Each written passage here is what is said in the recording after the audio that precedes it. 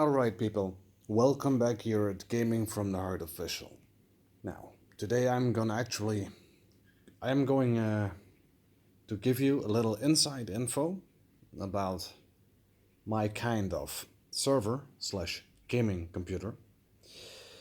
If you have ever wondering, can I actually use a socket 2011 for gaming purposes?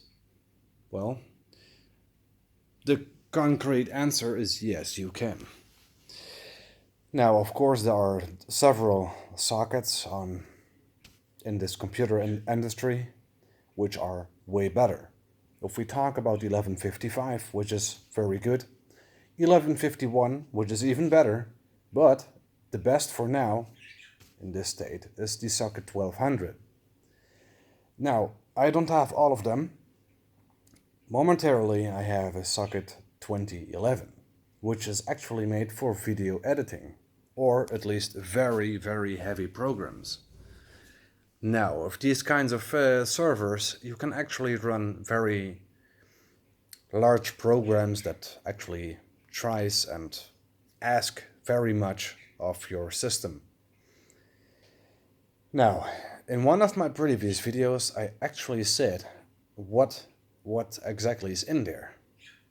Now, if you don't, it's not a problem, because that's what this video is going all about. For today, I'm gonna tell you guys what's now in there and what upgrade is on my way. Now, first of all, I'm gonna give you guys a little insight of what's momentarily in my server. And yes, I use that server to game, and I have to say, it's no problem, I have no lags. But there is something I still have to say about that, because it's not that smooth as, of course, a socket 1151 or a socket 1200, which is meant to game. In one of my previous videos, I actually told you guys that the 2011 socket is actually made a server for very large programs which require very much. Now, to give you a little specifications about my server, I have 2 times 6 cores, 2 GHz with 12 threads per CPU. That means I have 12 cores and 24 threads on 2 GHz, not overclocked. I have 2 times 16 GB DDR3 on 1066 megahertz of speed. I'm gonna tell you very soon what's on my way, but before I'm gonna tell you that, I'm gonna show you, as you can hear, how my system looks like. Because, okay, it's not a small one. There you go. So these 2 coolers actually are not very easy to find. These are the SCMG 4000 coolers. These are actually equal. If you look very closely, you can't actually see any difference, but there is a difference. They look the same, right? Well, they're not. One of them is the SCMG 4000, and the other one is the SBMG 4000. Yes, there is a difference in it, but not in the cooling. The funny thing is, there is a special edition made, one of them, and I believe you on the video it's the left one. Now, this is my system, and I have to say it runs pretty fine. But besides of my CPU, which is 12 cores, 24 threads, 2 GHz, 32 GB of RAM, I have still 2 slots left. I have also a GTX 1060, 6 GB, which you can't see very well because of the blue light, but it's right over here. And it's actually too heavy for those kinds of CPU. Now you probably ask, hey, come on, I mean, that graphics card requires a lot, right? Yes, it does. That's right. But then again, these CPUs, they are not that heavy. They might require lots of TDP, which means thermal design power, which is the power that the CPU asks to your power supply. But that doesn't mean that that will be strong to communicate with the GPU. The CPU and your GPU actually communicate with each other. And if your CPU is actually on a low speed, which it is, on only 2 GHz, the GPU is way too strong. And the GPU is actually somehow like sleeping while the CPU is working on full power. So what are you creating? You create a bottleneck. So that means the CPU tries to put everything out while the GPU just gets 10% maybe or 20%. Now, I have such that, and it seems like my CPU and GPU together create a bottleneck of 17%. That's way too much. A bottleneck actually occurs, as I said, when your CPU is too weak for your GPU or your GPU is too weak for your CPU. So what do you gotta do? In my case, I have only 2 GHz, 6 cores, 2 times. So I have a bottleneck of 17%. By the way, you have to be sure that you are under the 7, maybe maximum 9%. Always, the lower the bottleneck, the better the system performance. Now, there is a little upgrade coming, which I'm gonna tell you right now. So what I have in there is an Intel Xeon E5 2620 of 2 GHz, 6 cores, 12 threads. On my way is coming an Intel Xeon 2689, which is 2.6 GHz, with a turbo frequency up to 3.5, which is 8 cores and 16 threads, times 2. So if I have 2 of those, I have 16 cores and 32 threads instead of 24.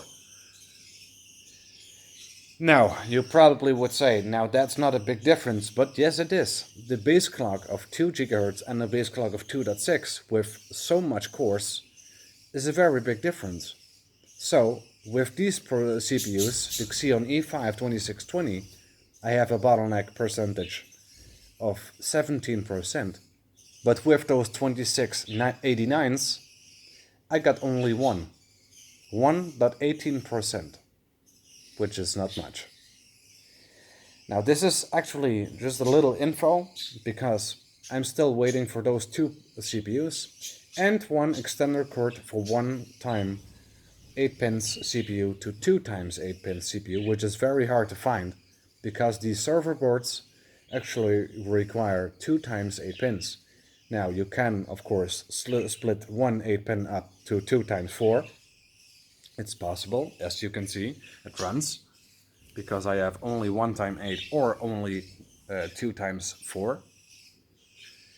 So I have to make sure that I go from 1 times 8 to 2 times 8 pins, so I can reconnect the CPUs properly and make sure that I don't burn down my cables. Anyways, so this was actually the little update. Now, as soon as this is gonna be working, I'm gonna let you guys know that with maybe a better update. But if you are trying to ask me what do these bottlenecks actually do with gaming and what is now very special in that, if we talk about gaming and programs and all that, well, there's a simple theory for it. Because of the bottleneck, what you actually are creating, at least what I feel or see, if you are actually running games, in my case, which are not heavy, like Hearthstone as example. It's not a very hard game to play, and it seems like my CPU and also my GPU can handle it without a simple lag. But if I'm gonna play Call of Duty Warzone, my GPU thinks I don't feel anything. While my CPU thinks, god damn, I have to work hard.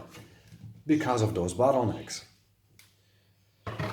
Now, also the most important thing, which is actually very weird, as I said, the Xeon E5s are actually meant for benchmarking, video editing and all kinds of very heavy stuff, not lightweighted stuff. just like opening simple exploring windows, you know, just like very light programs, like SpeedFan as example. It takes very long to load because these CPUs are not made for it. Now the following thing, which I feel the most, that's also the reason why I have ordered these 2x E5 2689s, 2.6 GHz, 8 core, 16 threads. The most common reason is when I open a simple folder, just if you go to your computer and you try to open that Explorer thing, what I see is that it takes a very, very large amount of time before it actually opens. Now, that's not the only thing. If I want to open a second one, it even takes longer. If I want to open a third one, it takes longer, and so on. Now, if you ask, how is that coming? It's because of that bottleneck. You don't feel it maybe in games, because games are heavier than normal desktop programs. So that's the explanation. The background things are the most heaviest things for these kind of Xeon CPUs. And yes, 17% bottleneck is way too much. The best resulting CPU, for my case, the GTX 1060 6GB, is actually the 2667, I believe. No, sorry, excuse me, the 2697. That's I believe a 12-core CPU with a 3.3 GHz. Now, as far as I have seen, the most important thing about these X79 motherboards is the higher the base clock of your CPU is, the better performance you get. Now, these 2697s are actually one of the highest and the most cores CPU E5s you can get for the version 2. This is a version 2 motherboard, so it only is compatible with version 2 CPUs. Now, and you have the 2697 and you have the 2696, which is a little bit slower, but also very good. And with the 2697, I only have a bottleneck from 0.01%, which is almost nothing. So that means actually everything on my computer will go smooth, right? Well, I think we have to wait for that. Now, the first thing I should do is wait that my upgrade is coming in. Whenever my upgrades are coming in, of course, I will try to record, or I will try to make a live session so you guys can look live with me. What do these changes actually made? How much difference it is with 16% bottleneck difference. Now I have 17% bottleneck. Soon, and I don't have even 1 or 2%. So that's very good.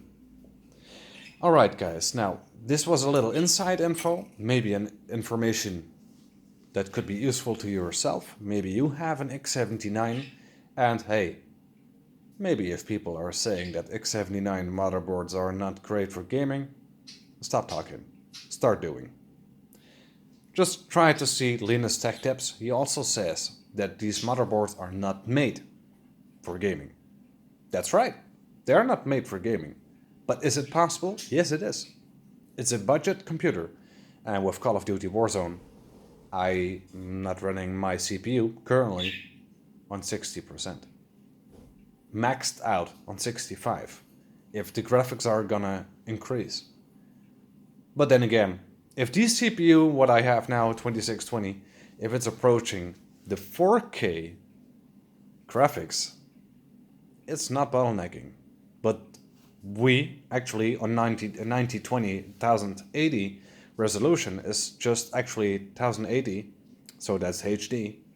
That's bottleneck, 17%. And on 2K, it's a little bit less. So the higher the graphics, the better my CPU will result.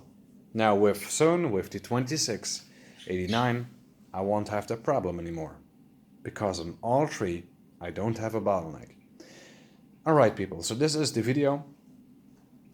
Momentarily I'm gonna shut off, and as soon as my stuff is gonna arrive, I will do actually another kind of video, and I will show you the difference. Also the difference how long it's gonna take before these is actually loading, because of course right now everything has to load for a long time. But we are gonna do a little comparison here on this channel. It's actually also the very first time that I'm gonna do a comparison between the 2620 and the 2689. And I'm very curious to look how it's gonna act. Now, I have not ordered the second CPU, I still have to do that, but I ordered already the first one. So, of course, I will put that one already in my computer with the 1x8 pins, if I have that option. And I'm very curious how that's gonna be. So, if you are already made until this time, from 60 minutes, and you think, hey, yeah, this comparison, I really want to see that. If you are new to this channel, I really want to tell you, then subscribe to my channel, because I'm gonna make that video. And if you are really want to stay up to date, push that like button, push that subscribe button, and you will be notified as soon as I go live again, or with a new video, which I said. And yes, of course, if you don't like the video, you might also dislike it. Nah, well, I do my best as good as I can, of course. Alright guys, now, this was Gaming from the Heart Official. I hope you enjoyed the video, and I hope really that this was really useful to you, maybe even more than useful.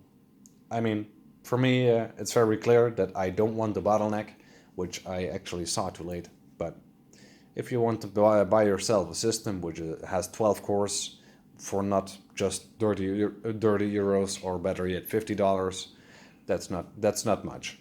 I mean, an i7 was not 12 cores, and you paid, I believe, like $300 for it. So that's times 10 difference in dollars. That's much. Well, no, times 8, but still enough. Anyways, guys, this was Gaming from the Heart Official. I'm gonna sign off. You guys see me in the next video with the comparison of the 2620 and the 2689. And let's see how the speeds are going, how the change is gonna be with the 16 cores and the 12 cores. You guys see me then. See you guys in the next video.